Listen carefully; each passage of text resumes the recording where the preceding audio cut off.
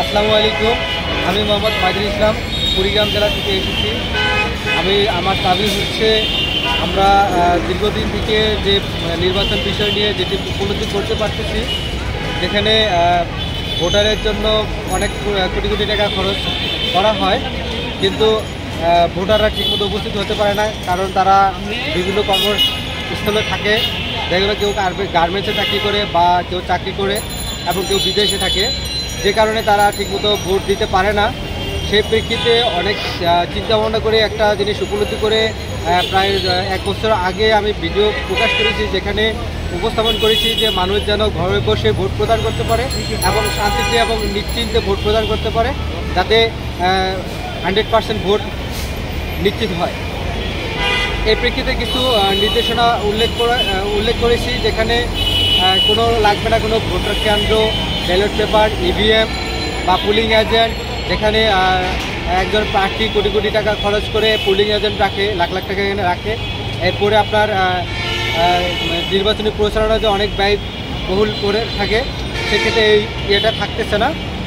এছাড়া আরও কয়েকটি বিষয় উল্লেখ করেছি, যে যারা বাহিরে অবস্থান করে তারা ঘরে বসে ভোট প্রদান করতে পারবে। সেই ভোট প্রদানের পদ্ধতি হবে অ্যাপস, একটা মোবাইল অ্যাপ তারা সরকার থেকে নির্ধারিত রয়েছে, যে স্মার্ট ইলেকশন অ্যাপ, যেটি বাংলাদেশ ইলেকশন অ্যাপস নামে পরিবর্তিত হবে।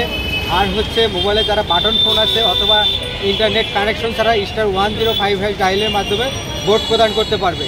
এই ভোট প্রদানের সুবিধা যে একজন মানুষ অসুস্থ থাকুক বা দেশের যে প্রান্তে থাকুক না কেন, ভোট প্রদান করতে পারবে। তবে এখানে যারা মারা গিয়েছেন এবং যারা জেল হাজতে রয়েছে, সেই ব্যক্তিগুলো ভোট প্রদান করতে পারবে না, এটুকু আমি প্রস্তাবনা রেখেছি। যেখানে এই বিষয়ে নিয়মিতভাবে প্রচার করবেন। আপনার তথ্যগুলো নির্বাচন কমিশনার অফিস থেকে তথ্য হালনাগাদ করে রাখবেন, যাতে করে কে মারা গেছে, কে এবং জেল হাজতে গেছে এবং জেল হাজত থেকে ছাড়া পাওয়ার পরে সেটি তথ্য নির্বাচন অফিসে আপডেট করবেন। নির্বাচন পদ্ধতি যে বিষয়টি উল্লেখ করেছি, যে অ্যাপসে এবং আপনার মোবাইলে 1055 ডায়ালের মাধ্যমে যে ভোট প্রদান করবে, এখানে একজন ভোটার তার ভোটার আইডি নাম্বার দিবে এবং জন্ম তারিখ দিবে। এরপরে তার ভোটার আইডি কার্ড দিয়ে যতগুলো রেজিস্ট্রেশন করা রয়েছে, মোবাইল নাম্বার যতগুলো সিম রেজিস্ট্রেশন করা রয়েছে, সেই সিমগুলোর মধ্য থেকে যে কোনো একটির মাধ্যমে ভোট প্রদান করলে বাকিগুলো দিয়ে ভোট প্রদান করতে পারবে না। এর প্রেক্ষিতে আরও যে বিষয়টি রয়েছে, যে আপনার এখানে কিছু বিষয় উল্লেখ থাকতে পারে, যে এখানে একজন ভোট প্রদান করতে গেলে তাকে নিরাপত্তা ঝুঁকি থাকতে পারে, যেমন হ্যাকিংয়ের বিষয়টা থাকতে পারে, বা সে কোথায় ভোট দিল বা কোথায় ভোট দিল না, সে বিষয়টি যেন সঠিকভাবে দেখতে পারে। এই জন্য অ্যাপসে বারবার চেক করতে পারবে যে কোথায় ভোট প্রদান করছে, আবার তার ভোটার আইডিতে ডায়াল করলে সে দেখতে পারবে। আর এই বিষয়ে এখানে কিছু বিষয় উল্লেখ করেছি, যে যারা বিদেশে অবস্থান আছে তারা আপনার পাসপোর্ট নাম্বার এবং ভোটার আইডি কার্ড নাম্বার ব্যবহার করে অ্যাপসের মাধ্যমে রেজিস্ট্রেশন করবেন, রেজিস্ট্রেশন করে ভোট প্রদান করতে পারবে। আর এই ভোটারের জন্য যেহেতু সরকারের কোটি কোটি টাকা ব্যয় হবে না, সেক্ষেত্রে যারা ভোট প্রদান করবে তাদেরকে সরকার থেকে আমি ওখানে উপস্থাপন করেছি, যাতে 30 থেকে 50 টাকা তাকে যে মোবাইল দিয়ে ভোট প্রদান করবে সেই মোবাইলে সম্মান হিসেবে প্রদান করে। তবে এই বিষয়টি আমার শুধু একার দাবি নয়, এটি আপনার আমার সকলের দাবি।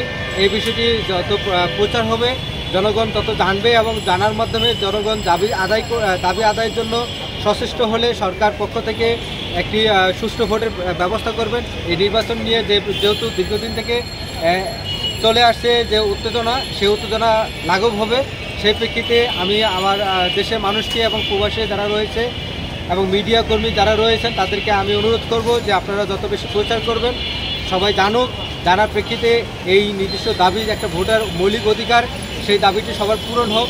এই দাবির প্রেক্ষিতে আমি এখানে দাঁড়িয়েছি প্রেস ক্লাবের সামনে, আপনাদের হয়ে দাঁড়িয়েছি। আপনারা আমার এই বিষয়টি যদি আপনাদের ভালো লাগে, যে না মাইদুল ভাই এটি প্রচার করেছে, এটি আমাদের প্রয়োজন, তাহলে আপনারাও অবশ্যই এই বিষয়ে পদক্ষেপ গ্রহণ করবেন। আর সরকারের পক্ষ থেকে সরকারের কাছে অনুরোধ করতেছি, যাতে সরকার এই বিষয়টি নজরে নিয়ে এই বিষয়টি বেশি বেশি করে মানুষের মতামত নিয়ে এটি বাস্তবায়নের পদক্ষেপ গ্রহণ করে। এইভাবে ভোট প্রদান করলে নিশ্চয়তার জন্য যে বিষয়টি উল্লেখ রয়েছে যে সাইবার সিকিউরিটি নিরাপত্তা, যেহেতু আমাদের ব্যাংক দেশে বিদেশে কোটি কোটি টাকার ব্যাংকের লেনদেন হচ্ছে এবং বিকাশী লেনদেন হচ্ছে, যেটার মাধ্যমে আমরা আর মোবাইলে ওটিপি ছাড়া কোনো ভোট প্রদান হচ্ছে না। যেহেতু আমরা মোবাইলে যেহেতু ওটিপি যাবে, এই ওটিপির মাধ্যমে এই ভোট প্রদান করতে পারবে। আর এখানে নিরাপত্তার ক্ষেত্রে সরকার যারা নির্বাচনের কর্মকর্তার দায়িত্বে রয়েছেন তারা এখানে সম্পূর্ণ নিরাপত্তা নিশ্চিত করতে পারবে এবং কে কে ভোট দিয়েছে, কি মার্কে ভোট দিয়েছে সেটি তারা দেখতে পারবে, কিন্তু এটি সম্পূর্ণ গোপনীয় থাকবে। যদি কখনও দেখা যায় যে আপনার ভোটের প্রয়োজন হয়, যে গণনার প্রয়োজন হয়, তখন সেটা তারা দেখতে পারবে।